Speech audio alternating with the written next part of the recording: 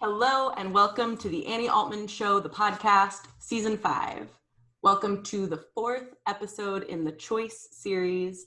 I am so grateful to be joined today by Eureka O'Hara. David, thank you so much for being here. I'm so excited to get you on and to connect after meeting and talking about podcasting. And now here we are virtually. Oh my God, I know. Hi, Annie. How are you? You look so cute. I'm so glad to get to see you too. I'm super excited to be here. I've been working a lot, even through COVID and stuff. Those of you all that don't know, I'm Eureka O'Hara from RuPaul's Drag Race Season 9 and 10. And just to plug shamelessly, a new series on HBO called We're Here. Please go check it out. It's amazing with myself, Bob the Drag Queen, and Shangela. And you recently released a song that I would like to plug. Your whole, I would love to direct people to watch that too. Yeah, please. I have a few songs. The Big Girl, which is obviously about body positivity. Pretty Hot and Tasty, which is also about body positivity. And I actually have a parody that I released not long ago called Fat as Hell. And it's like a parody of one of Lizzo's songs, Good as Hell. I just like to celebrate my size as the Elephant Queen. And choosing yourself and to be positive and to embrace you as you are. Yeah.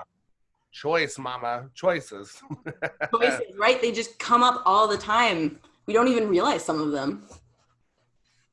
Yeah, weirdly, choice is such a perspective of life, I think, for sure. You can choose to do and think and be a lot of different things. It's also like how you guide your life, I feel, is by choice. Totally. We are our actions and what we're doing and the... Oh yeah, for sure.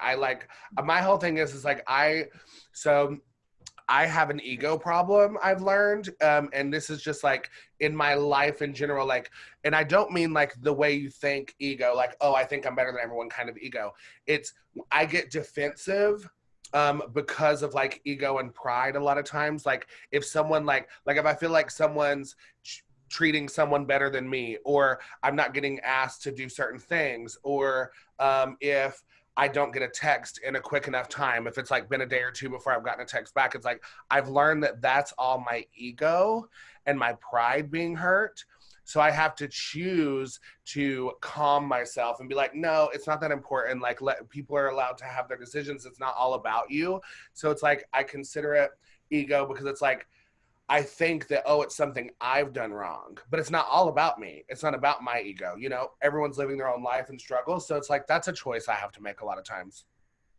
Damn. Yeah. I feel that so much. The reminder not to take things personally and to remember in the same way that we're responsible for our own choices, other people are making theirs and they get to make whatever choices they want to make. And giving grace on both sides for choices, which is so much easier said than done to say, I accept all choices as they are. I embrace the learning experience from these choices. So what is, curious, you're doing this choices series, like what's the point behind it? I love that. What choice am I looking to, yeah. So my choice with this is connecting directly the Humani show with the podcast.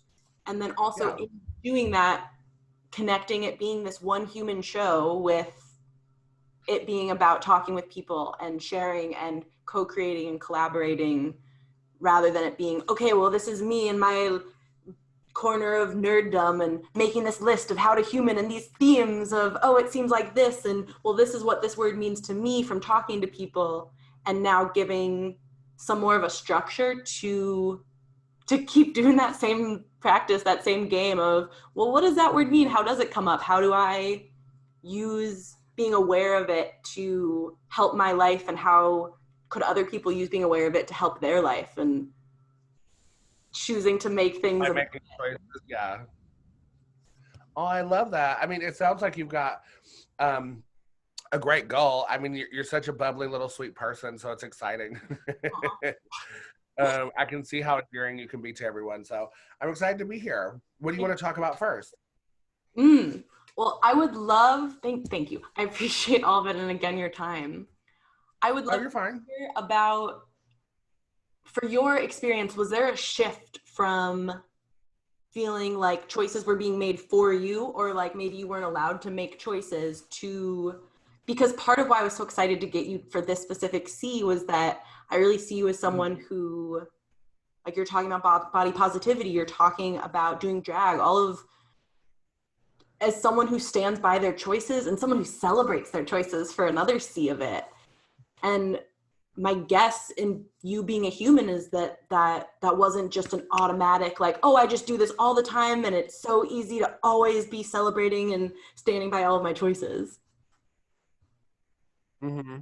I mean, choice is definitely an interesting term to think about, but it's so true. I mean, life is really built of choices, I guess. And I was raised with a mother that really trusted me, a single mom. So I was actually kind of given like the opportunity to make choices pretty early, like my own choices. And she really trusted me and like what I wanted and supported me for the most part.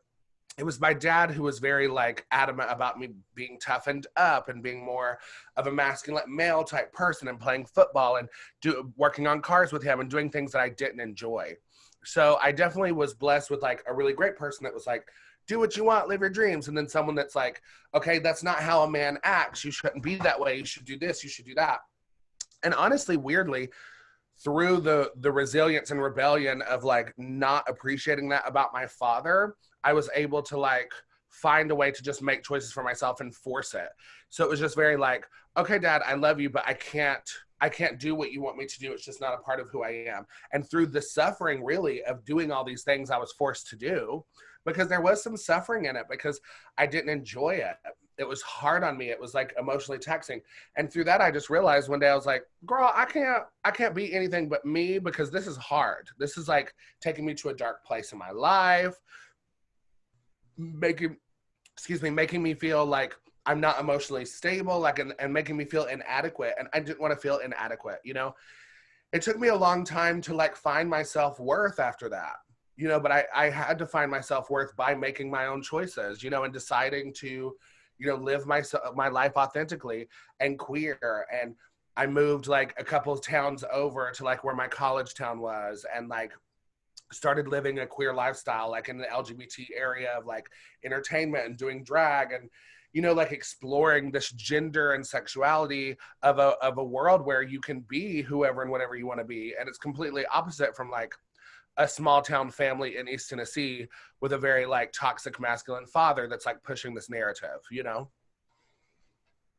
Wow, which is your microcosm, your one human experience of a bigger picture too that's happening on the world, figuring out how masculine and feminine coexist, figuring out how we discuss gender even, and gender versus sex and sexuality, and there's so much there. That's really cool to hear about how you've recognized the song that came in my head when you were saying the beginning was the song that goes, pain, you made me a believer. And that's suffering to then say, well, and also having the other side to say, hey, I'm here, I see you, life is about being happy, do what you want.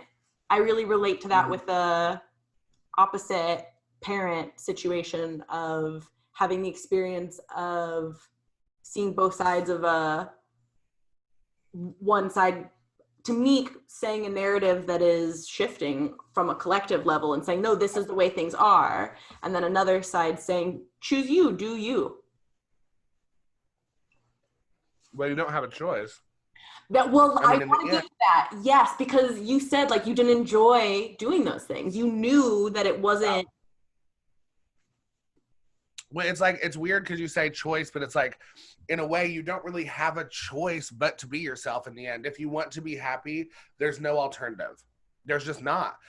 You can convince yourself that you're happy by doing what the world or society or someone tells you you need to do. But if you're not enjoying what you're doing, then you're not going to be happy. That's just that's how the human mind works, you know? And we put a lot of pressure on ourselves because society too like says to choose, like, you know, we're told that we have to make choices from really a very young age, if you think about it, because it's like as soon as you get into high school, you start having to decide what classes you're going to take, you know, and that's And if you're going to take study hall, or if you're going to take like mechanics, or are you going to be an art person, or what clubs are you going to join? Because you're like provided this whole hallway of clubs you get to go through and like kind of pick what you want to be a part of. And it's like you're pushed to make choices very early to kind of figure out like where you're going to go in your life, really. So it's like, even with that, like you're laid out all these clubs, you get to choose which ones to be affiliated with. That's you choosing, hopefully, your heart and like what you're interested in. So you're kind of taught early to choose what you want to do, but then at the same time, it's like, oh, but you can choose certain things that you want to enjoy, but there's like this whole other side of the coin of choices that you can't make that are wrong choices. So, okay, well, when do I get to just choose automatically for myself? You know, when do I get the freedom that I got when I got to choose what clubs I was in high school, to like, when do I get the freedom of choosing what clubs or what part of life I'm a part of in my life, or my adult life too. Totally. So it's almost hypocritical to say that we're making choices. Well, it's almost hypocritical of society to allow us to make certain choices, but then other choices have strong opinions against. So it's like, okay, you have to make choices to go to college or go to work or have a family or what clubs you're going to be in. But those choices are good choices, and they're the choices you need to make, and you have to make them. But these other choices of like who we are, how we present ourselves, who we love, those are choices that could possibly be wrong if you go the wrong route. You know, so it's just like, girl, what, you know, what are choices? What choices are we allowed to do? So it just kind of gets to a point where you have to decide for yourself. You know, you can't depend on anyone else to make your choices for you, I guess. No, and being aware of that part, you're saying that there are so many paradoxes and there is hypocrisy around what is right and wrong for choices, or what are expected choices, or what we view even as the options of choices. And yeah, Also, at the end listeners, of it, choose for yourself. Yeah. Also, listeners, I'm sitting here like a crazy person eating food in front of Annie. I feel so bad. Why? But I'm like at a trough over here. I'm just letting them know why I might be like slopping and sloshing things around in my mouth. I'm not sloshing. And I'm glad you're choosing to eat when you need to eat food. When there's choices. Yeah. Oh my gosh, food is a huge like food is one of our big choices of like food and sleep and movement and these basic things. It's part of too where I get so talking about resources and resource distribution so much is that impacts the choices people can make and the options people have for how do I want to express myself artistically? What do I want to study? Really, what do I want to contribute? Where, like you're saying with, oh, these things I was doing felt good and these things felt bad and I followed the things that felt good. How to have that be a right rather than a privilege. Well, and something you said earlier, that's choosing yourself. If you're choosing what makes you happy. Absolutely. Yeah. Share more about like, what was that like? Was it a feeling? Was it some inner voice? Like what to you is guiding that? Or how would you describe with words of, oh, like football did not feel good? Well, you were just like, this isn't me. There was just something that was like, nope. I enjoyed it okay. It was more like the personalities I didn't enjoy. It was the bullying I didn't enjoy. You know, even though I was good at football, but I was still the large feminine male on the football team. And, you know, I was called Huggles and Huggy Bear. And although like those names sound cute, they use them as like a sissifying term. You know, like it was like, oh, Huggy Bear. You know, it's all in the context of how you're spoken to. So although I enjoyed playing football and there were some people I enjoyed playing with, there was a lot of elements of it that was torture. You know, and there's a lot of suffering that comes with being different in a society where you're supposed to be molded or act or a certain way. And, you know, for the viewers that don't know, I am a 6'4", you know, large human being, amazing Amazon, but I've always been tall and big most of my life. So even in high school, I was looked at like at first glance, it's like, oh, that's a big, strong man.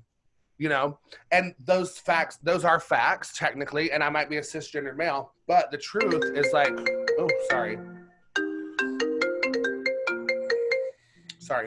but the truth is, so I might look like a large, strong male, but the truth is I'm like a gentle giant that wants to be painting canvases and doing drama, and I'm artistic versus physically sportsmanlike. So it's just a choice that I had to make, but it was a choice I had to make because the other choice was abusive in a way too. Like when you make choices that you don't belong in, or you're a part of stuff that you don't feel comfortable doing, it's actually kind of abusive to yourself, you know. And there might be elements too, like there were outside forces that were also abusive, and maybe it could have been more fun.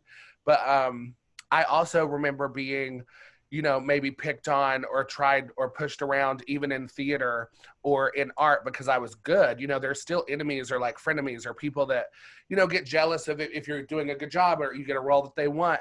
You still have those people no matter where you are in society. That's just how life works. There's always going to be someone who doesn't like you and maybe wants to push your buttons or whatever. So it did, even though I had those people in theater and drama or my creative outlets, it didn't cause me to want to quit.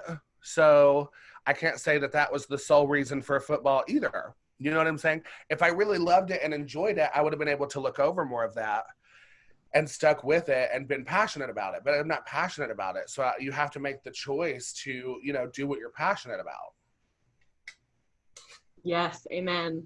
And that's a really real point, that there's still going to be obstacles. You can choosing yourself, choosing your bliss, your intuition, whatever buzzword is, to me, that does mean choosing ease and what feels good.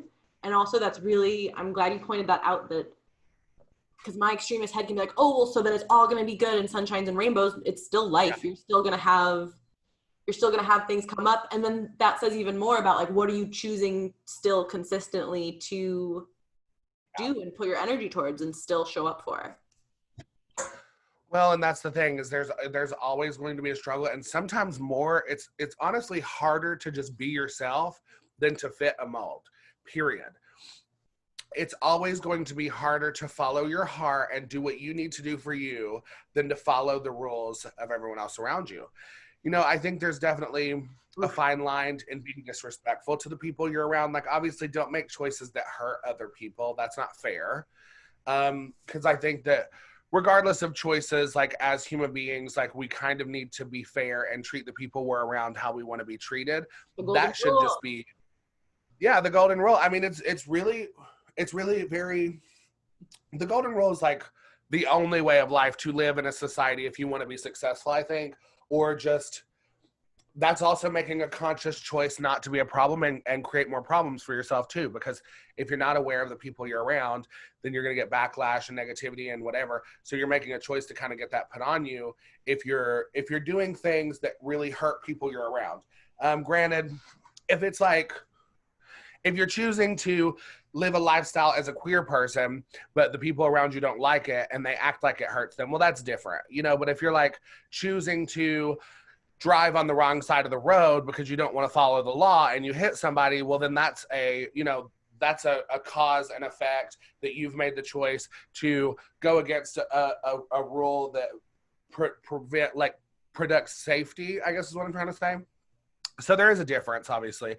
In my mind, as we talk, I think there's always going to be someone that can argue an opposite side of the coin when it comes to choice.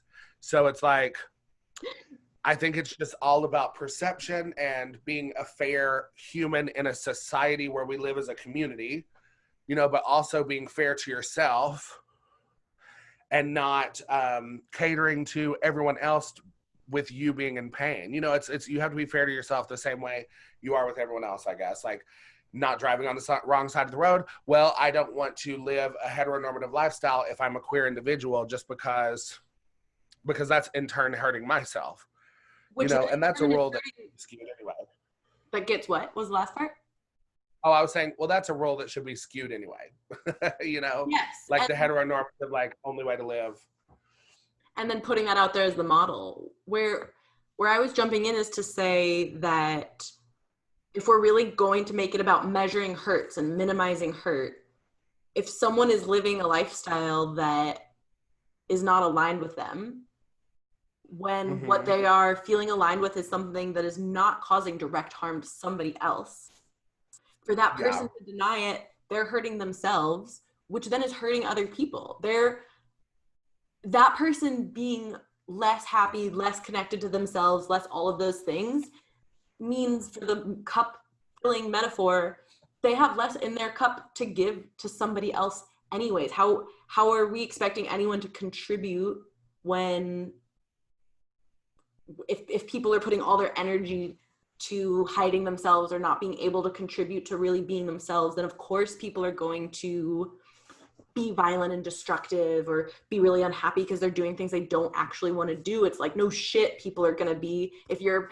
queer and you're pretending you're not queer, how are we even Mm-hmm. expecting people to still be, to it, it's so unfair to then be like, oh yeah, person, just like keep being pretend happy, or like be a part of society and the community not as you. Well, that's fucked up. Excuse my language. It is But like, it just is. It's like, it's insane when people like, also, I hate, okay, a phrase I also hate is when people say, like, I don't agree with your lifestyle, but I accept you.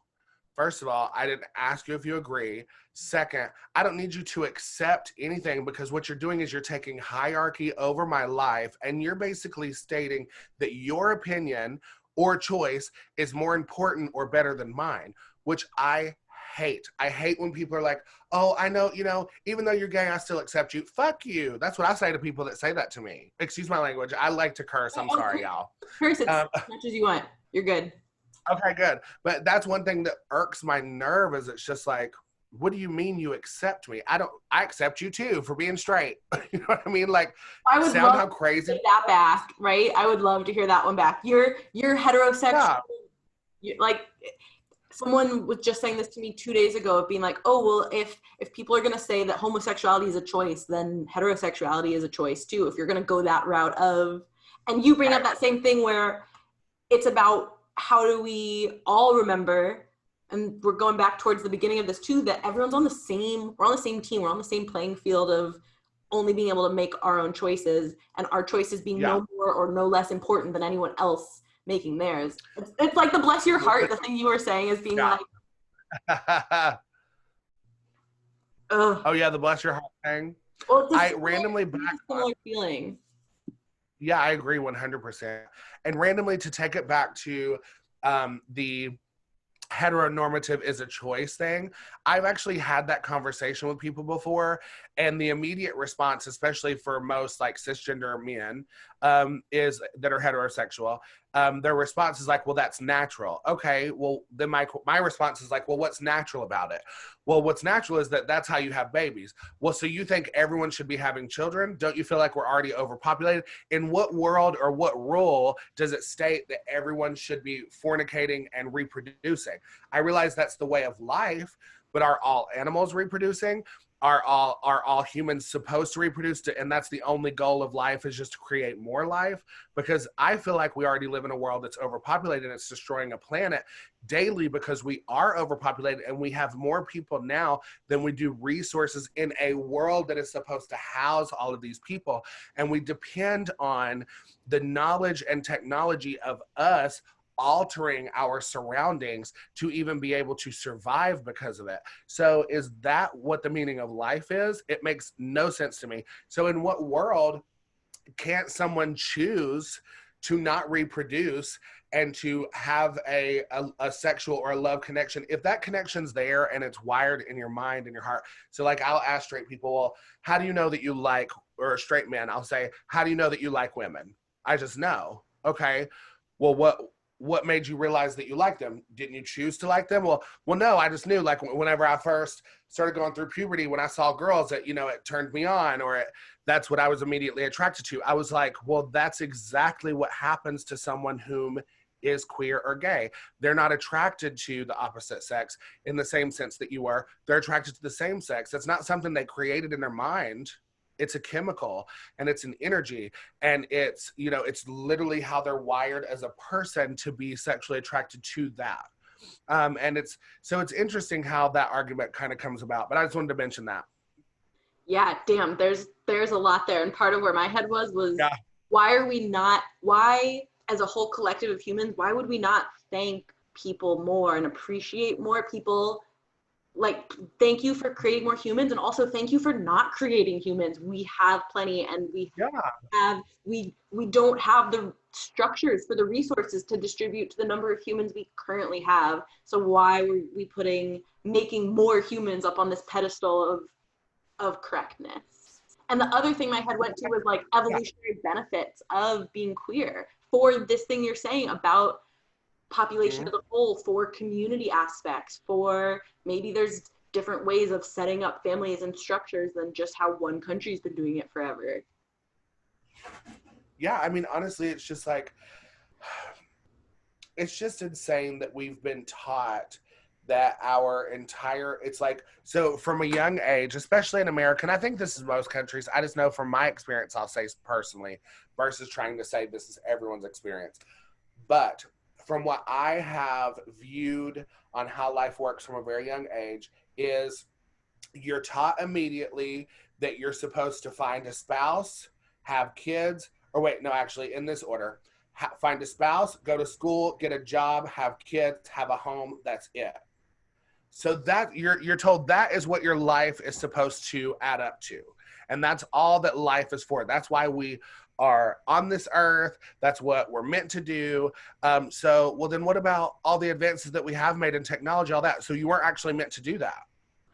So you're doing and making choices to do things that you weren't put here to do, that just because you were smart enough and able to make the choices to be like, you know what? I wonder if I took this lightning bolt of energy and connected it to this metal string, could I process a current and eventually be able to light my house through wiring of copper, it through these steel and wood beams that I've cut up and taken from trees to create this. Like, you're making choices to do all of these things and to progress yourself. So we should be able to make choices to progress our society as a sexual culture, as an identity culture. And that's what's happening, luckily.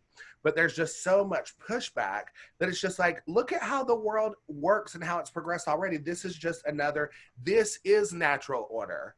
This exactly is natural. Like, it's real. This is how the world progresses. If we're able to, like, girl, we are literally thousands of miles away from each other and able to see each other clearly. Like, it's almost like magic. Could you imagine something like this in the 1800s? You would get hung up like you were a witch. You know what I'm saying? Like, they would be like, what voodoo, satanistic, crazy shit is this? But this is our progressed way of life now, hundreds of years later. Yes, it's helpful. I appreciate you pointing that out, because I can definitely get in this mind of, we're not doing enough. It's not, we don't have basic resources distribute to everyone. The world isn't perfectly equitable yet, and not everyone can express themselves and choose themselves. And it can be easy to just focus on where we're going and forget all of this, how different it is in a relatively short time on the grand scheme of humans being around. No, you're absolutely right. It's the same themes I feel like that have come up. Like, choosing yourself, it comes up in choosing to listen to yourself, comes up in our body, like our physical connection, all of these things you're saying about identity and our sexuality and how we spend our time. Well, aren't you choosing yourself in any decision you really make in some sort of way? Like, you're choosing what you do in any situation. So it's already a way of life. No matter what you do, if you're getting out of bed, if you're getting in the shower, if you're brushing your teeth, any part of your life, you're choosing what your body does.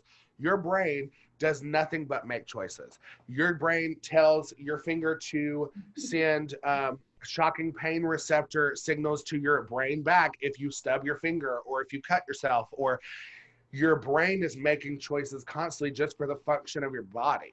You know, so it's like life is literally, I mean, in a way, you can literally say life is choices, period. You know, like literally living is just an array of choices being made. It's true. That's weird, but it's true. It is. It is. We both made choices to get to this moment and doing this and choosing ourselves about what feels like the choice I'm making in this human suit at this human moment. It is. The brain is so insane to me because when I think about, go that deep about just the function of the human brain, just the brain, and it's only roughly 10 to 15% of that brain that's actually being used at any given time.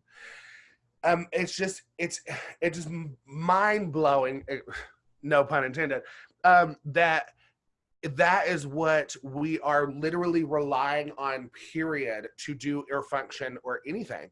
And it has created all this stuff around us, but also like my mouth wouldn't move without this brain. Like the brain's crazy. I don't know. I get so overwhelmed talking about it, but the depth of it is like, and sometimes I do think like, imagine, and this is off subject, but imagine if we could find a way to tap into more of our brain, at what level could we be as human beings? And at what level of understanding maybe could we also get to? You know what I mean? Absolutely. And what choices would we make then? Yes. Oh my gosh. Yes.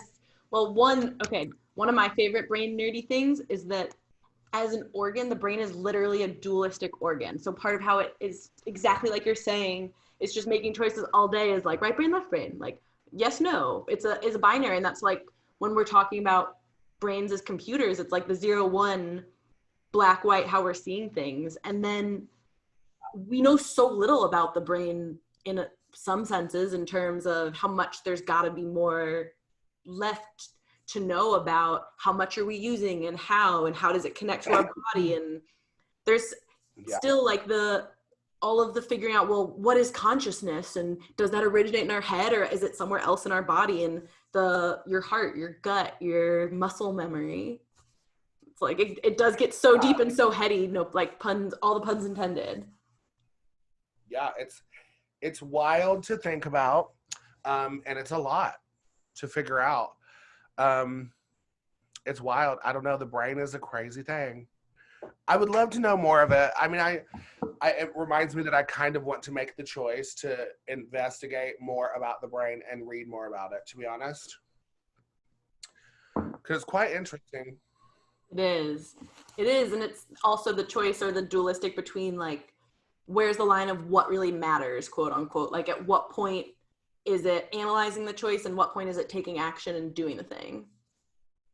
I'm like, oh, I agree with 100%. Going with it.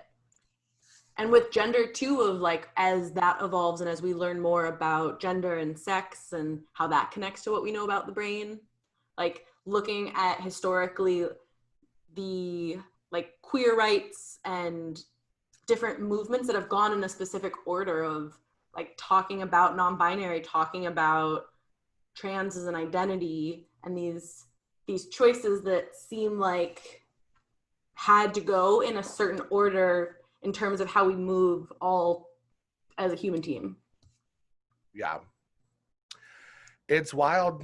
I mean, honey, we're making choices every day. It's just hopefully the right ones for ourselves. I think that's what you kind of got to get to. At least that's where I'm at in my life. It's like, I just try to make the right decisions for me and not hurt anyone that I love and not get in trouble. You have to make the choice not to get in trouble either. Weirdly, I mean, we are still very governed by who we like, by our surroundings, and it's just making the choice not to be in trouble. And, so I guess there are rules that you still have to kind of live by. It's a definitely, when we first started this conversation, to be honest, I was a little reluctant to the idea of like, okay, well, what are we going to talk about? Choices are so vague. The idea of the word choice is such a vague concept of like, okay, so what are we going to talk about forever? But really in the grand scheme, like everything is a choice. There is so much to talk about. Well, we could choose to talk about all sorts of other things.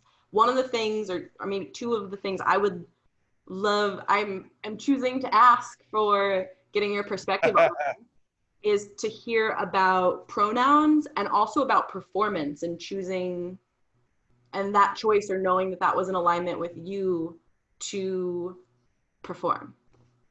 Mm-hmm. Can we start with pronouns? Yeah, well, my pronouns are they, them. I am a non-binary, gender-neutral, elephant-human hybrid queen, is what I like to label myself as. For me, I grew up with all females and was the quote unquote man of the house. I never felt like tied to masculinity. I was always a little more attracted to the femininity side of myself, but I did have masculine traits. Um, when I became an adult around 18, I was always really drawn to trans individuals. And I moved in with one. I met a guy that was really into Eureka the character. And I started living my life as a trans woman for a while. So I lived like as a trans woman for 4 years, actually going to college, took hormones, everything. And I really expressed a big, huge part of myself then. And I just made the choice to explore this avenue of life, you know. And then I kind of got to a dark place because I had a lot of queer friends and I was kind of jealous of like these gay male roles in relationships. And like, I never really had that growing up. I never got a chance to like live that part of my life. And did I shortchange myself is kind of something that I went through in my mind. So I decided to retransition to try to live a gay male lifestyle. So I like cut my hair. I got off hormones. I started dressing as a male gendered, societal normed male gender fashion. Really started exploring that. And it didn't take long for me to realize it's not who I was. You know, I was immediately back to this dark place of not knowing who I was again and trying to understand like, okay, who am I? Like, am I not a gay man? I mean, what am I really, you know? And luckily, at that point, I was around enough queer people and there was starting to be more discussion about like a non-binary spectrum and the gray area of life. And really just, I was getting to a painful place really where I just started really not caring about how I affected other people, what they thought. Like I was just in such a bitter place that I became an angry person. And so then I decided, okay, I need to So through that anger, I really went through some struggles, like with drugs and sexual encounters and, messing up certain parts of my life, even, going down this dark path. And through that, I rediscovered myself as a gender neutral, non-binary person. When I was around more queer people, even in those settings, I was watching, researching more, being still a part of organizations where those conversations were starting to be brought up of non-binary living and the gender spectrum, and it wasn't just black and white. So I retransitioned to be non-binary, where I started, exploring all sides of my femininity and masculinity. And if I felt like dressing more feminine and putting more makeup on one day, I just did, and if I wanted to have no makeup on but a lace top and some jeans, I made that decision to just live that life and be who I wanted to be. And now, I'm now 5 years roughly, but I would say 3 years very seriously gender non-binary. So I've probably been living successfully for about 3 years as identifying as a non-binary individual, gender neutral. And I'm honestly in the best place I've ever been, and when people ask me, I'm explaining it and I'm able to teach people what it is and they're starting to understand. I mean, we're also moving into a society where it's slowly becoming a topic of conversation. What are your pronouns? How do you identify? And it's because now, with the movements that we're going through and the progression with society or social justice warrior type people with our new generation, thank God for the new generation, because they're just tired of the bullshit.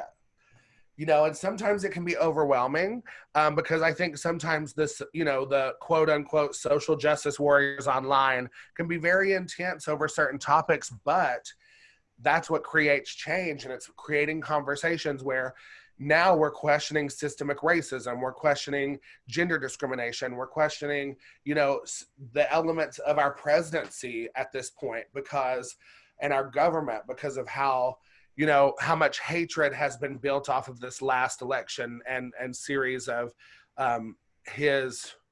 it's not reign, is it? Well, his presidency in general, whatever, you know what I'm saying.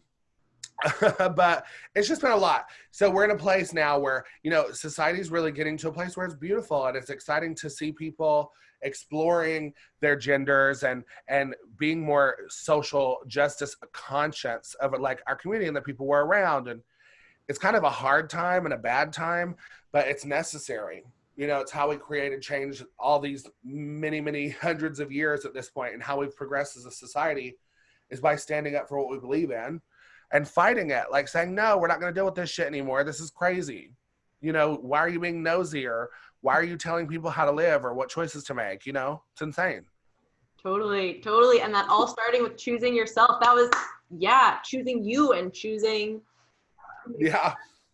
where you I get winded sometimes, girl. You were impassioned. You were sharing a lot of true shit. Yeah, true. It's serious right now. I mean, this pandemic is also scary, you know, and one of the biggest choices I've been having to make, sorry, I'm sitting on this like tiny little metal chair.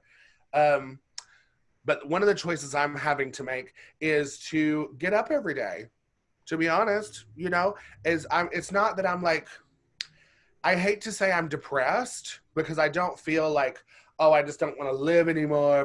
But there is kind of this like fade and haze over everyone that I know, and even myself, of like, you know, what's the point of getting out of bed right now? You know, there's not a lot to do. You know, I'm still working, luckily, you know, it keeps me busy. But honey, everything keeps going back into lockdown. It just feels like we're never going to find an end. But I have to make the choice that, like, regardless of what's happening around me, I, for myself and my health and my sanity and for myself and my spirit, I have to get up and make my fucking bed, you know, and I have to get myself together for the day. I have to answer those emails still and call the people that I love and discuss how I'm feeling and making the choice to, you know, live. Yes. You know what I mean? It's hard. Absolutely. Yeah. And acknowledging that and having that be something that is like all of these other things, mental health as something we acknowledge and talk about openly of, yeah, it was hard to get out of bed today, or it's been hard to get out of bed, or these are the things that are helping me, what's helping you, and having that also just like, hey, what are your pronouns, be part of the conversation. Yeah, I mean, it's honestly something as simple as someone asking you what your pronouns are out of respect can make or break your day. You know, it's also just about being humans and loving each other as much as you are willing to love yourself. Like, if you, the problem is you can tell if people don't love themselves because they don't have love to give people around them. And so the first choice you need to make, and I think this should be, and it's, you know, I hate that it's like something I think you have to do, but I feel like everyone, for the benefit of themselves, has to choose to love themselves, because it just affects everything around you, you know, and you're unable truly to have real friendships and have true alliances and happiness without loving yourself first. If you don't love yourself, you'll never be able to give the right kind of love and attention to other people or other things, you know? So it's choosing yourself is very important. And people think it's selfish. I think a lot of times it's like, oh, well, it, if you know, like I've been even accused for being cocky or too confident before, because I'll mention like how pretty I look or how fierce I am or damn, I was great in that. But you have to choose to be your own cheerleader first, or you can't be a cheerleader for anyone else, because it would all be a lie. It just would be, because It you wouldn't be don't you. know how to be a cheerleader. Ooh, say Yeah. that you don't know how to. Yeah, you don't know how to, because you don't know how to do it for yourself. And it's a true testament of like anyone that I talk to that's struggling, that, you know, even with our show, the show I work on, we're here with HBO, a lot of the focus on this show is about self-confidence, because no matter what you're going through in this world, you can't get through anything without self-love, period. I promise you, and anyone can say I'm wrong, but I don't think I'm wrong. I'm also really adamant about things I believe. I do not believe you can get through anything in this life truly without loving yourself. You just can't. Anything that you're going through that hurts you, that's harmful, trials, tribulations, hell, you know, abuse, whatever, you will not be able to get through that without self-love, period. You just won't be able to. I felt that very physically. If you just You just can't. It just won't happen. Just, You can debate me, and yeah. I disagree with you. Yeah, I mean, it's not even about disagreeing. I mean, you can disagree all day, but I know I'm right. You know what I'm saying? It's like, and you'll realize it too. The more you argue the point, in the back of your mind, you're going to know, like, wow, you're not wrong. Because no matter what we go through, like, if you don't love yourself or if you don't have self-love, you can't get through it, period. And what kind of world you want to Uh, live with, and how do you make choices to contribute to that and to be a part of that? yeah. Not today, devil. That's, I like to say that sometimes too. There's this, so you don't have to be a religious person, I don't care if anyone's a religious person. I am a religious person spiritually. I go to, lately there's a drive-in church, and you like pull up in your car and there's like a sermon happening, and it's very low key. It's not super, button up. It's very relaxed, kind of a liberal like church experience, which is what I prefer. I don't necessarily live word by word for the Bible. I don't think that's what religion's based on. I think it's really just a spiritual connection of you and your higher power, whoever, if it's her, him, whatever, that you decide for that to be. It's really just about connection. But one of the things that they were talking about that really resonated with me a lot is this whole like not today devil mentality and how to control your anxiety. And a lot of people assume that when you have anxiety come into your life that you have to push it away, but there's a more effective way to control anxiety and things coming in at you by capturing it and owning it is such a huge part of being able to get through things. And that's where the self-love comes in too, because it's like you have to love yourself and be strong enough within yourself enough to know I can capture this anxiety, interrogate this anxiety. What are you? Why are you here? Where are you going? What are you trying to do? Okay, well, that's not going to work for me, but I have all these amazing things I need to focus on. So I'm going to take this shitty anxiety and I'm going to throw that anxiety in the direction of one of these great things that I need for my life. So you can capture it and use the energy if you have to, you know? And that's like, and that's what I mean by not today, devil, because you can kind of like coherently call that like the devil trying to sneak in and like be the, you know, the inner saboteur of your mind or however you want to look at it. But that's, again, choosing yourself to love yourself and trust yourself enough to know that you can capture it versus avoiding it. You know, people think you can just avoid, and you're not loving yourself enough if you just avoid because you're really afraid. You're just admitting that you're a scared person. You know, there's so many choices you can make that make you not a scared person. Maybe you choose to be scared, but I can't live life scared anymore, you know, especially through this pandemic. There's enough out there. I love that part of choosing to love the anxiety and the devil or any sort of internal, like whatever words talking to some part of yourself. Yeah, and saying like, hey, you're a part of the what? Oh, sorry, I was rambling. Please continue. You're good. The talking to it as a part. Yeah. Yeah, and he Keep like going. I'm sorry. You're good. You're good. You're good. Well, it's for like going all the way to when you were talking about like, oh, that's my ego and that human thing of like, oh, well, this, I'm having this response, this reaction to something because of this, and saying that you're doing the service to yourself, which is how you can do a service to others, to start by loving whatever comes up. As hippie or woo-woo as that could sound to people, to say, oh, I love you. Thank you for teaching me this. Thank you for showing, I choose you, anxiety, like you said, of claiming it. I choose you because you're a part of me. And also, who says you get to run the show? Why would you be the one making the decisions here? Wait, why are you hijacking the choices? Mm-hmm. Yeah, exactly. All of this stuff is then like, we're all just in our individual, like, okay, well, how does this feel? What do I want? What are the choices? What do I need? Mm-hmm.